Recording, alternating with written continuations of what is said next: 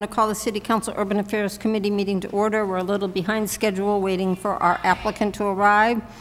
We have one item on our agenda, order number 23-100-8062E, an application for modification of a special permit from Ralph Arnov on behalf of Green Gold Group Incorporated to amend the hours of operation, to add medical use, and to allow for internally illuminated signage at the adult use marijuana retail establishment located at 910 Boston Post Road East within the Wayside District. We did have our public hearing on June 26th. We all should have a copy of a draft special permit. We also all received comments from the department heads, which I will quickly go through. Engineering had no comments. Conservation had no comments. The police chief met with the management team and doesn't have any issues with the new permit. The fire chief commented that they have no substantive comments to add on the special permit modification, and the building commissioner had no comments. So, Mr. Arnoff, I don't know if you want to add anything to what was said at the public hearing. Now that the city clerk is here, if you want to see if you can get the pictures up. Otherwise, there were a couple that I sent him that, as we go through this, it looks like it might be coming up. Oh, that's perfect.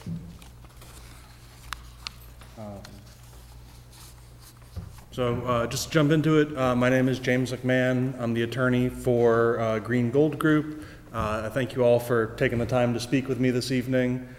Just following up on the application for the special permit amendment that was originally held by Local Roots and has since been acquired by Green Gold. Really looking for three major things for your review. The first is to add medical use. As we discussed at the full council hearing, we were originally founded as a medical company. This would be our only this currently is our only non-medical location. Our customer base has really asked for it, both our existing customer base and new customers that we've met in Marlborough. It's something that we're really passionate about, bringing medical and therapeutic use of cannabis to the community.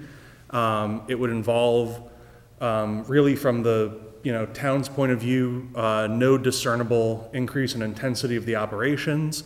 We're lucky enough to have Councilwoman Wagner come down and visit our facility because we're in her district, and was able to say it's just the color of the stickers on the boxes. Right now we can only have blue stickers on the boxes. With medical we can have blue and yellow. It sounds silly, but that really is the only difference. From an operational perspective. From the customer's perspective, though, people who have patient allotments can come in and purchase the allotment that was recommended to them by their certified healthcare professional. They can have access to higher dose edibles, which are only allowed for medical patients. Reason being behind that, a lot of medical patients who have debilitating illnesses don't feel the effects from a low dose edible that's available recreationally. And the last thing you want to say to someone who's suffering from a disease like that or a condition like that is, you now have to buy 5 packs of these edibles to get the effect that you're looking for if we can give you one higher dose one. And most importantly for the customer, especially in this economic climate, we're allowed to do discounts on our medical side. We do a 40% discount almost every month for medical patients. We can do hardship discounts for people who are on Social Security, who are under the federal poverty guideline for their family size, who are part of Mass Health, and those are really popular discounts. So we'd love to be able to bring that to the community as well. And it's just something that we're really passionate about, is bringing in that medical use. The extended hours are slightly modified from what was originally proposed at the council hearing. Right now, we have the shortest hours of any dispensary in Marlborough. That was something that we inherited from Local Roots. We had asked to be the most hours of any dispensary in Marlborough, and that got a little bit of pushback. I know one of the council members said he was afraid of there being an arms race of the hours. So what we've done is modified and said, just give us the same hours as everybody else. Let us be open as everyone else is open, and we'll compete on our own merits. But right now, we're seeing lines in front of the store when we open. We're having people knocking on the door when we're closing. We'd love to be able to move those hours out a little bit. And what really seems to be the substantive issue is the illuminated signage. A few factors for this. From our business point of view, it just really helps increase visibility of the store. We're still having that trouble of attracting the level of business that we think the store should be doing, and a lot of the people who do come in remark on difficulty of finding the store. Just this past weekend, when I was out taking the photos for this slideshow, I saw someone in that intersection of Route 20 with us on the left and Raytheon on the right. There was no other traffic, thankfully, pull a full U-turn in that intersection and turn back into our driveway because they clearly had driven past it and missed it. That's dangerous. It's something we want to avoid. We think increased signage would really help with that. We have seen the issues with the road work dissipate, thankfully, over the past month, but we're still only seeing about 60 to 80 customers a day there. And we think a lot of that is due to visibility, just from the feedback we're getting from the customers. One of the things I did do, because we had gotten some feedback or at least it had been expressed to me, that the signage we were proposing was either somewhat unique for the district or wasn't really found in other places in the district. So I did go out one evening and drive up and down through the Wayside District. It runs from the Sudbury line down to the Walgreens at the intersection of Farm Road, is sort of the stretch of Route 20 we're talking about. I have photos in here that we can go through. But essentially, almost every business in the district has this type of signage. What I found is it would have been a much shorter slideshow to take photos of the businesses that don't have it, which are few and far between. I started at the Sudbury line. Oh, there actually should be a middle one on that got left out. Stephen Anthony's has two illuminated signs plus the lit highway sign. And just went business by business down through it. It really is very, very few that don't have this type of signage, so we do think it is something that is commonly found within the district, these illuminated box signs.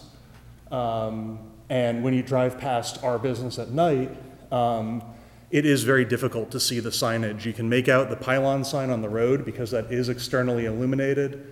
The sign on the corner of the building that says "Turn here," you can't see at all.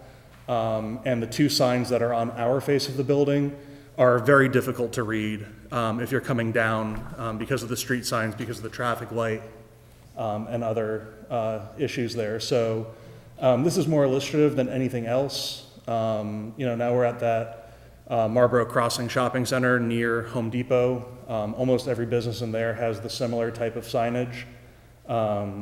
So, we're not looking to do neon, we're not looking to do a scrolling sign, we're not looking to do anything that's crazy.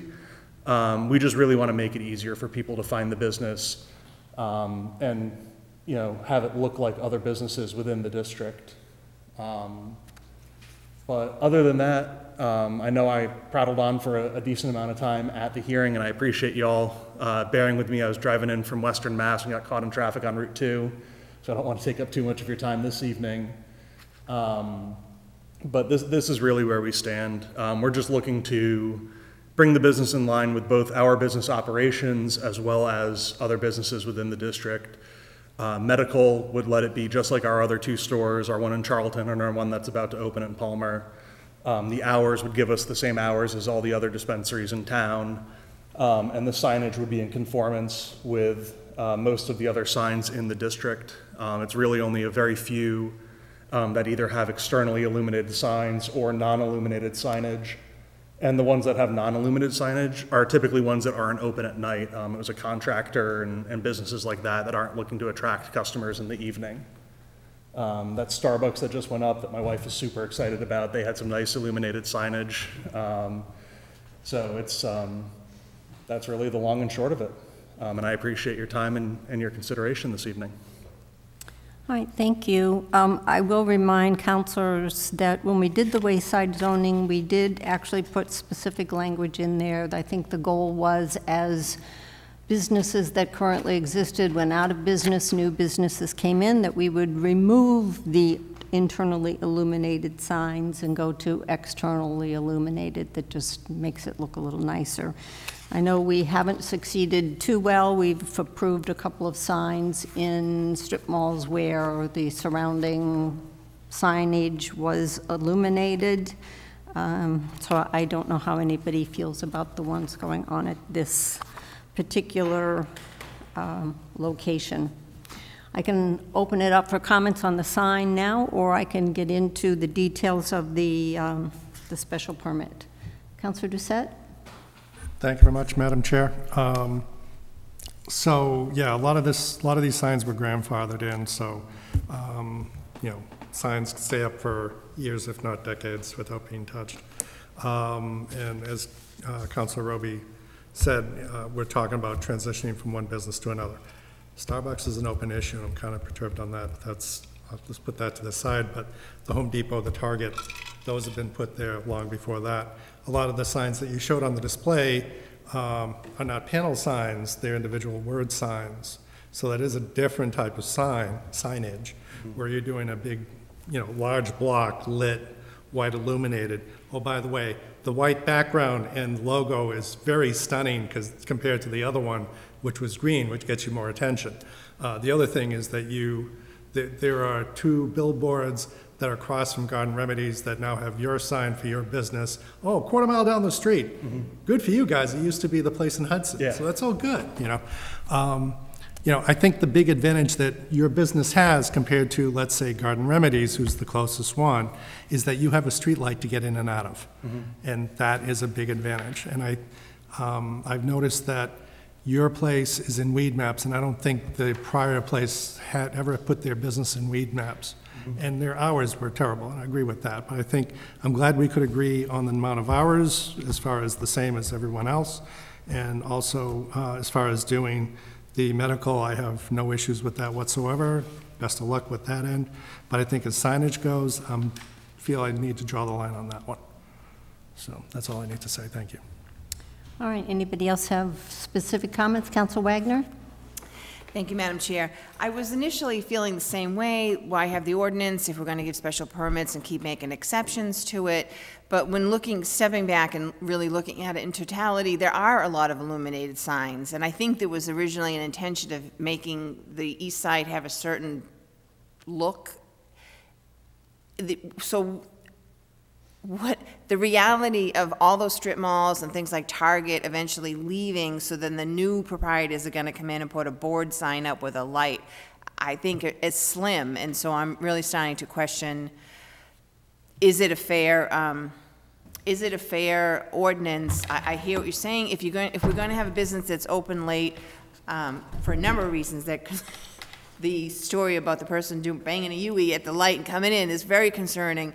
But if it's, you know, if for safety, if more clearly illuminated signs, if a business is going to be open late, people need to understand what's the right way to access the building and the facility. So I'm starting to, I'm not, the logic in denying this, that's where I was standing originally, let's stick with the ordinance, isn't making as much sense. It's starting to feel less equitable to single out this business, and that if it's going to be open late, it might as well be clearly lit. So that I would support actually the lit sign, and especially I appreciate that. I did a ride around and was trying to really pay attention. Okay, there was a lot of lit signs, so it feels disingenuous to say, oh, only the older ones are there, and we're going to phase those out. We're never going to what's the reality of phasing those businesses out feels pretty slim to me, and so. Really what's going to happen is there are a lot of lit box signs, and for one more to support this business to operate evening hours makes sense to me. So I would support the lit sign. Thank you. And it does say externally illuminated, so there are ways. Downtown has multiple signs at nighttime that are a lamp hanging down over the sign. I'm sure that could be an option that this facility could also come up with rather than the internally. I know as at least as I go to site plan, one of the things that they still seem to be concerned about is the night sky. Everybody is complaining that the world is too lit. And so those kinds of signs are increasing that. Anybody else with comments? Councilor Nabin. Thank you, Madam Chair. A couple of points before the signs. I do appreciate you kind of reading the room when we did the public hearing. It's nice to have all of these businesses have the same timeline, and I know when the last folks came in, they made it to match the other existing special permits, so I do appreciate that. I think that's helpful. This is a point of clarification for me, just to understand, when you were talking about the difference of switching over to medicinal versus just regular retail, and it was just for the stickers, but it's not though, right? There are some products that you will sell that are more potent just by dosage. They're the same product, but your specific dosages will be higher after you start operating for medicinal? Correct. So the only product type that affects is edibles. Okay. Flour, concentrates, vaporizers, tinctures, those all can be sold at any level of potency, whether it's medical or recreational. Yep. Recreational edibles are capped at 5 milligrams per unit and 100 milligrams per container of edibles. Okay. So your typical sale of edibles is a 20-pack of gummies. Each one is 5 milligrams. Okay. For recreational. On the medical side, it's unlimited, but I mean, at some point, just medical efficacy is lost. Sure. There was a story of a group who a few years ago as a publicity stunt made a 20,000 milligram brownie. I'm pretty sure that went right into the trash after they made it. But what we really look to do, we have 25 milligram edibles. We have some 50 milligram edibles. Higher than that, we really don't see a lot of demand for, just because they are so effective. And a patient actually put it to me best. Why should I have to take 50 gummies and also get diabetes if I'm just trying to treat my condition? So that's really where we come to from those higher dose edibles. They're not at all available on the recreational side. A recreational customer cannot get access to them. So it is something that is purely reserved for the patients. The other ways that it's separate, we have a dedicated point of sale for medical customers. We have a dedicated lane for medical customers. And a lot of times we try to partner with local healthcare professionals to do educational events. We do those in store and at their workplace. We actually just ran one at the Overlook up in Charlton, which is a large assisted living facility, to explain exactly that, about therapeutic use of cannabis. And what we find is most medical patients are actually buying really heavily on the CBD and constituent cannabinoid side, CBN, CBG, things like that have we can't make any definitive claims because it's not FDA approved, but patients who buy those typically say they find those to be more effective for things like back pain, for insomnia, for things of that nature. So it's not some sort of race to get high potency. They're really looking for those very niche products. And are there any differences for you operationally or other people for the Standards Massachusetts for security or any operations for having those products, or is it really the standard because it's already? It's okay. Exactly the same. The only difference is they're tracked in 2 different inventory management systems. Okay. And this is getting deep into the weeds, but basically on the medical side, the inventory management system is tracked in-house. We can sell 1 ounce per person per day. We keep the customer's information for 24 hours to make sure that we are only selling them that 1 ounce per customer per day. At the end of the 24 hours, it's wiped. Okay. Because we can't keep any information greater than a standard liquor transaction by state law. On the medical side, there's an interoperable database between medical operators that tracks customers from facility to facility, because your certifying healthcare professional, for instance, would say, you have X condition, my recommendation is you have 10 ounces of cannabis over a 6-month period. And that way, if you go to a store in Marlborough and one in Worcester and one in Boston, they can track against that allotment between the different stores. So it's just 2 different inventory management systems. But other than that, no difference in security, no difference in how it's stored, no difference, essentially up to the point of sale, there's no real difference to the customer. Okay, that's helpful, I appreciate that. And then regarding the signs, I'm certainly sympathetic to both Councilor Wagner and Councilor Doucette's points. It does seem silly while we're talking about it, and you did a very nice job putting together the litany of backlit signs. I guess I would argue that your sign right now, in my opinion, when it went in, I noticed it right away. It's a very large sign. It's well-lit, and it is bright white, so I'm not sure that I've noticed the need to do the backlit sign. I also think that by having this added market, I don't think folks are going to have a hard time finding you. If this was a different time and a different age, perhaps without so many, electronic devices that can help you get someplace. But I certainly understand you asking for it. I wasn't here when they did the district, but I do like the idea of at least, and a lot of these are strip malls, and they're not all visible from the street, and it would be nice driving down Route 20 to have, I think, a little bit nicer of an atmosphere. But those are my opinions on those signs. Thank you, Madam Chair. Councilor Landers, did I see your hand? Yeah, just a quick comment as far as the brightness of the sign. Speed limit's probably 35, 40 miles an hour along there. So I guess that speed, I know you have 2 traffic lights that might slow traffic down a little bit, but I guess if I was a sign seller, I would say, with that type of speed on the road, a bright sign should be a good point. So I have no, Madam Chair, I really don't have a big concern about these signs. You get so used to them. You go by Route 20 twice and you say, they're all right. That's all. All right, thank you. I guess I will mention one thing that I am still not sure of. We did approve at an August 23rd, 2021 meeting, which I don't really remember, a freestanding sign for local routes. It's a 72.5-inch wide by 121.5 feet high, and I guess at the meeting, Councilor Doucette stood up and said, do you realize how tall this is? We approved it on the floor. But that was a sign for local routes. And now my understanding is you have replaced that sign with a new sign that I'm not sure you have permission to do. So that's part of my dilemma here. Because we specifically put it in the original special permit that the city council would approve the signs. And we haven't approved a sign for this business yet. I will get into the drafting of the decision on the amendment to the special permit. There's not a whole lot to it, but it does, I know on the cover copy, my guess is all of those July and August dates will get changed to August and September because we won't approve this until August 21st if the solicitor can get it on the agenda. So basically, it is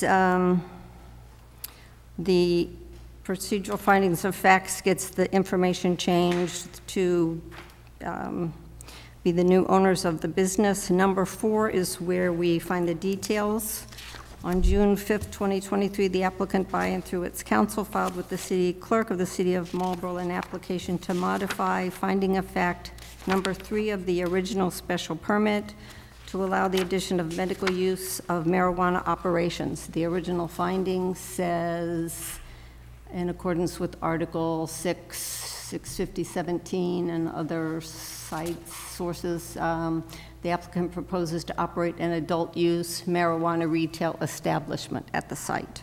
So we're adding in the medical use, as well as condition number 4 of the original special permit in order to change the existing signage to new internally lit signage as shown on Exhibit A attached, as well as condition 8 of the original special permit in order to change the maximum hours of operations of the use under the provisions of MGL Chapter 40A, Section 9, and the Marlborough zoning ordinance of the application.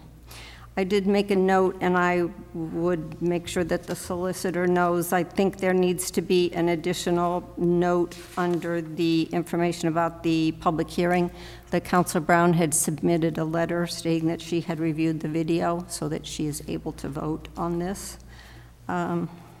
So it does get us really to the page that has, I guess, E. The City Council, pursuant to its authority, grants the applicant an amendment to modify findings of facts number 3, condition number 4, and condition number 8 of the original special permit. So number 2 is the information deleting condition number 4 in its entirety and inserting in its place the following. It's really replicating what is currently there. All plans, photo rendering, site evaluations, briefs are part of this process. What's new is this sentence: the city council hereby accepts the alteration as shown on Exhibit A attached hereto to permit the installation of 3 internally lit signs. The signs shall otherwise conform to 561-1 to 526-1 to 526-13 of the sign ordinance of the city of Marlborough.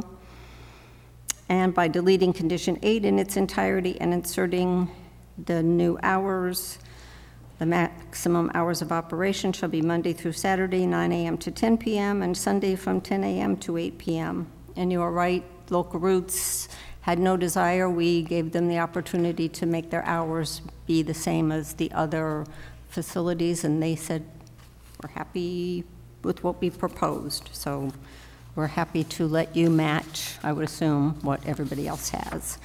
My own personal concern is that additional sentence. I would suggest that we delete it and go back to what is in the current special permit, where it says the applicant will submit, sign, and we approve it. But I can't do that, so I will let someone see if they have motions. Madam Chair? Councilor Doucette. Thank you very much, Madam Chair. It seems that there's general consensus that there's no issues in doing the medical marijuana. There's no issues with the changing of the hours. It seems to be the consensus of the body. The question is, what do we do with the signs? And I would propose that we take a vote whether or not we're going to allow internally illuminated signs or not. If it's going to be, if the vote of the committee is to allow internally illuminated signs by the majority of that, then the wording can stay as it is. If the vote is against that, then you guys have to come back with a new sign plan. Okay? Does that make sense? The original permit says signs and signage. Prior to seeking an initial sign permit from the city, the applicant, its successors, and a sign shall submit to the city council renderings of its proposed signage, which shall comply with the city's sign ordinance. Right. My guess is they will submit the same document they have attached as Exhibit A, Which is internally illuminated signs. Sort of confusing piece of paper. Those are It's internally confusing to illuminated me. signs, right? I'm sorry? Those are internally illuminated signs. They are, yes. Well, actually, they're not. Well, it's not clear that they are. I mean, these are just pictures. So if you remember what we received when we approved the 2 signs for Local Roots, it was one that says around the corner, it was on the front of the building, and then one above their door that said Local Roots. Neither one of those were lit. Right, and then the pylon had another sign. And then later, we approved the big sign. The pylon sign, okay. Madam Chair, could I clarify on that? Sure. So actually, it's 2 internally lit signs. One would be that little sign that's facing Route 20 that says "Turn here." The other would be a new sign that's on the corner of the building, sort of where those gas pipes come into the building. That's that sign to the side of the left, front lit light box sign. And then over the door, what we'd be looking for is what's called a channel sign, which is essentially letters with a little LED strip behind them that creates a halo effect behind the letter. So it looks like the letter is sort of floating on the face of the building. Right. It's the same type of signage that Crazy Stone has in the Wayside For the sushi. shopping district, exactly. So 2 internally illuminated light boxes and 1 back channel lit. So for clarification purposes, the pylon sign, is that illuminated or not? The pylon sign is externally illuminated, so we It is kept, externally illuminated? yeah, we kept that exact pylon. We just replaced the panels on it. Okay. We took panels off that said Local Roots. There were 3 panels, and we put new panels on that said Green Gold. But the actual structure and the illumination and everything, that stayed exactly the same. Okay, so that's externally illuminated. Okay, that was my. And that we're not looking to change. Okay, So if we eliminate the sentence, when they are ready to come back, first they would submit the signs to the building department, they would be denied because they're internally illuminated. They would come to us for a decision if we want to approve them internally illuminated or ask them to, or say no, in which case they would need to resubmit new, but they would actually submit a sign company's sign, not this picture, which is what we had when we approved the other two signs, and what we've gotten anytime we've approved a sign in any area where the council is the sign approving authority. Councilor Navin? Just a quick point to clarify. If we were to go back to that version of the special permit, what would happen with the sign that is currently installed? I don't know. Because I would appreciate going through the process, but I also don't want to, and yes, you guys should not have put the new sign up, and shame on you. However, I don't want to see it have to come down or have it to be an interruption to the business, so I guess that would be my... Yeah, I mean, we could ask them to submit, did you get a sign permit? So we had we went in to go apply for a sign permit, and we were told that we should go to the council and discuss it with the council before making a decision, yay or nay, on the permit. So that's where we landed. We were under the misapprehension that since we were just replacing panels, that would be allowed, but I understand now that the decision was more specific than that.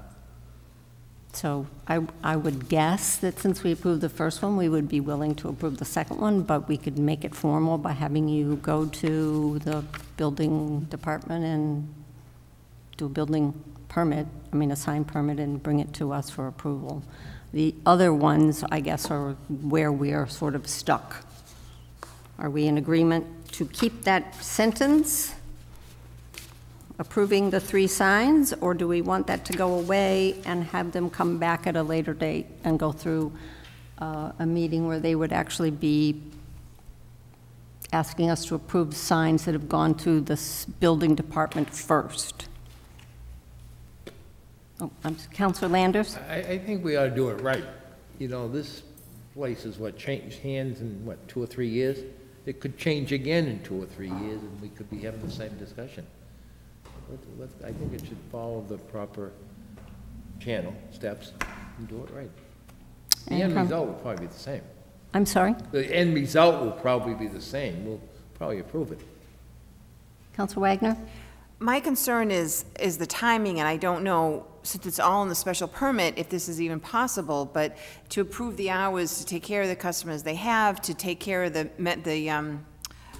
medical marijuana customers, is there a way to approve that, to get that going, and then have the folks come back and go through the process for the sign? But holding up everything for the sign feels, the people that are depending on this business, it feels harmful to them. Wouldn't hold up anything except the signs, because we would be approving everything else that they're asking for, the hours of operation. Okay, that's what I was trying to clarify. We can approve those things and have them come back. We can approve everything and just remove that last sentence on E24, the incorporation of submission, so that that Exhibit A goes away and the original language in the special permit stays, and they come back with sign request. Pending, of course, further discussion, then I would move to go ahead and approve that tonight, as you just described, putting, I'm not sure what the right language is for having them come back to do the sign, but at least approving the other 2 parts this evening. So I would make that motion now. All right, so just to clarify, it's removing the sentence on number 4, the City Council hereby accepts the alteration as shown on Exhibit A. That will go away. So basically it is, I guess in the findings of facts on number 4 on the first page, that would also change, because we're not really approving that, and I'm sure the solicitor would make sure that it all matched. Councilor Doucette? Thank you very much, Madam Chair. I agree completely with Councilor Wagner's proposal, but the sentence, City Council hereby accepts blah, blah, blah, and ends with quotes, signs, end quotes, and then there's the final sentence in 4 is the signs shall otherwise conform to 526.1 and 526.13, the sign known as the City of Marlborough. Should there be actually a reference to the sign regulations for the Wayside District as well. Well, it says the sign, in the existing special permit, it just says the signage shall comply with the city sign ordinance, which is exactly what that is, 526-1 to 526-13. Oh, so that is, okay, okay, so that is It's the in Wayside. here without Okay. it being No, that's- specifically Thank you for the delineated. clarification, that's all. Yep, okay. All right, so, Counselor Ossing, you have a comment? Thank you, Madam Chair. So based on what I'm hearing, approving the medical addition is fine, the hours is fine. I would just strike the item they want to change by deleting condition number 4 in its entirety. Let the solicitor clean the language up. The applicant said he'll come back with a proper sign thing, and we'll look at it as part of a sign permit process. I mean, so basically, we're not touching the signs. They're going to follow the existing rules that are in the special permit for signs. He'll come before us, present the sign package, the council will take it up. If it looks acceptable, they'll approve it. If it doesn't, we'll make changes to it. That way it gets the sign piece out of the special permit. The applicant can get the medical and the hours that they're looking for. The part about the existing signs already there, if he moves quick enough, I'm sure he can get the sign permit application on the agenda for the next meeting. I mean, I'm sure he's read the tea leaves and knows what to do. Okay, so is the committee clear on what we're voting on? So on the first page, number 4 would be modified to remove the changing condition number 4, and then condition number 4 would be struck, or number E2 would be struck. Everything else remains the same. So it's been moved and seconded to approve the decision on an amendment to the special permit as amended. Is there further discussion? All those in favor? 1, 2, 3, 4, 5. All right, so I will see if the solicitor can have this on our agenda in proper form for the 21st. If it's not on in proper form, because he hasn't had time, I don't know how busy he is with other things in the city, then there'll be a motion to refer it to the solicitor. It would be on the next agenda, and we would approve it. And if you can get the signed permits on that agenda too, we could take them. Excellent, thank you. Looks like you have Madam time. Chair? So thank you. Should we Counselor- also do a special to possibly, if it comes in a legal form, proper legal form for the next meeting, should we do an exception to actually pass it that night? I will have to suspend the rules to have us do that, so if it's on the agenda, then we would still need to suspend to vote on it To at vote on that it? evening. Okay, so that would at So least speed that up as well. that's correct, and if it's not on there in proper form, then you know it was the solicitor just didn't get to it, and it'll be on a future agenda. Great. But there Motion hopefully to is adjourn? enough time. It's been moved and seconded to adjourn. All those in favor? 1, 2, 3, 4, 5. We are adjourned at 8:07. Thank you. One quick thing, we are having a community outreach meeting for adding the medical use. It's part of our application process. It's going to be on August 16th at the Embassy Suites at 6 p.m. We did send a notice to the clerk and notice the abutters. We have an ad that I believe may have already run or is running in the paper as well, but just a chance to sort of describe that a little bit more. And again, sort of inside baseball stuff, what we're actually going to do, because Palmer is currently being built out, we're going to pull the medical license from Palmer, put it in Marlborough so we can get Marlborough open faster, and then reapply for a new medical license in Palmer. So Councilor Wagner, just as you were saying, get it for the patients as soon as possible. But if you'd like to come for the 16th, I'll be at the Embassy Suites. I'll get everyone some Raising Cane's.